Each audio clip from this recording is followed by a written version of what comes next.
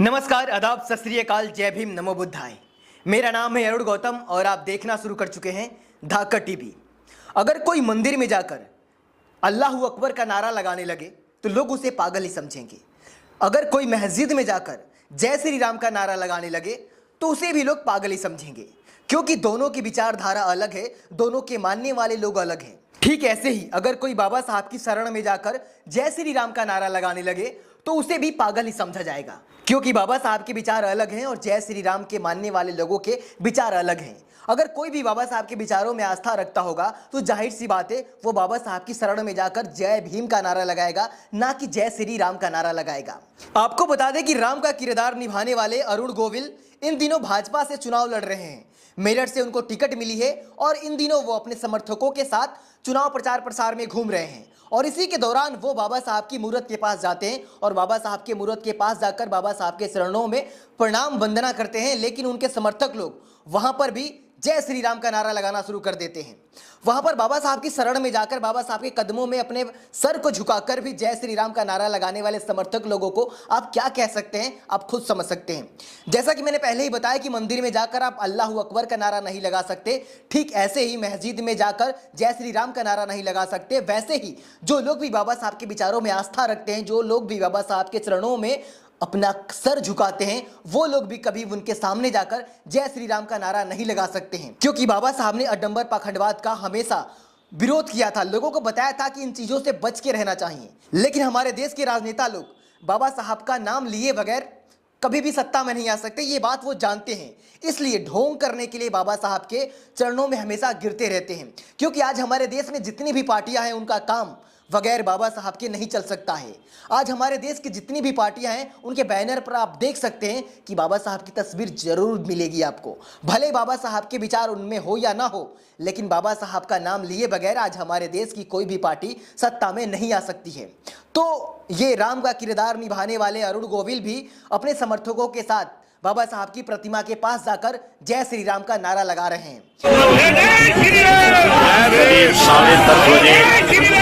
इस चीज को बहुत सारे लोग गलत समझ रहे हैं, बहुत सारे लोग इस पर एफआईआर कराने की बात कर रहे हैं, लेकिन सबकी अपनी सोच है। लेकिन हमें समझ लेना चाहिए इस चुनाव में कि हमारे देश के नेता लोग जो बाबा साहब का नाम लेते हैं, जो जय भीम का जयकारा लगाते हैं, वोट के लिए, सिर्फ राजनीतिक करने के लिए लोग बाबा साहब का आज प्रोडक्ट की तरह इस्तेमाल कर रहे हैं। हमारे देश की भोली भाली जनता, बहुत सारे ऐसे लोग हैं जो अरुण गोविल को भगवान राम की उपाधि देते हैं और उनके अंदर भगवान राम का वास महसूस करते हैं।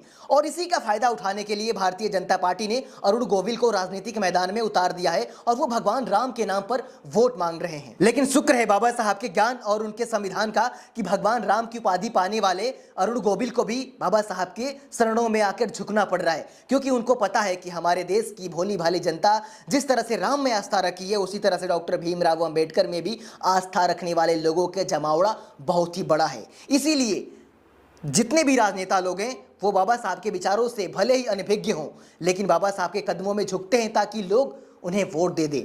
तो इसलिए इस वोट में आपको सावधान रहना चाहिए कि जो लोग भी बाबा साहब का नाम लेते हैं, जरूरी नहीं कि बाबा साहब के विचारों से वो अवगत भी होंगे। और जो लोग भी अरुण गोविल को भगवान राम समझकर वोट देने वाले हैं इस बार, उन लोगों को समझ लेना चाहिए कि अरुण गोविल कोई भगवान राम के अवतार नहीं है, बल्कि वो राम का किरदार निभाने वाले कलाकार हैं। जिस तरह से अरुण गोविल ने रामायण में राम का किरदार निभाया है, ठीक ऐसे ही उन्होंने बिस्तर और अय्यास मूवी में भी अपना किरदार निभाया है। अय्यास मूवी में तो उन्होंने वैश्याओं का नग्न तस्वीरें भी खींची है और अय्यासी भी किया है। तो आप समझ सकते हैं कि वो एक कलाकार हैं, उनको कलाकार की नजरों से देखकर ही वोट दें, ना कि भगवान का अंश समझकर, प्रभु राम का अवतार समझकर उन्हें वोट दें।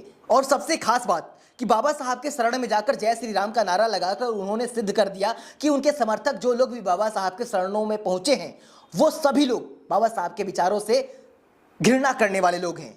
क्योंकि वहां पर बाबा साहब की शरण में जाकर कोई जय श्री राम का नारा लगा रहा है तो वो बाबा साहब को चैलेंज कर रहा है। उनके विचारों से घृणा करने वाले लोग ही बाबा साहब की शरण में जाकर जय श्री राम का नारा लगा सकते हैं। बाकी इस वीडियो के बारे में आप क्या सोचते हैं, कमेंट बॉक्स में हमें जरूर बताएं। फिर मिलेंगे आपसे अगली वीडियो में किसी ऐसे ही टॉपिक पर। आपके मन में कोई सवाल हो, सुझाव हो तो कमेंट बॉक्स में जरूर बताएं हमें।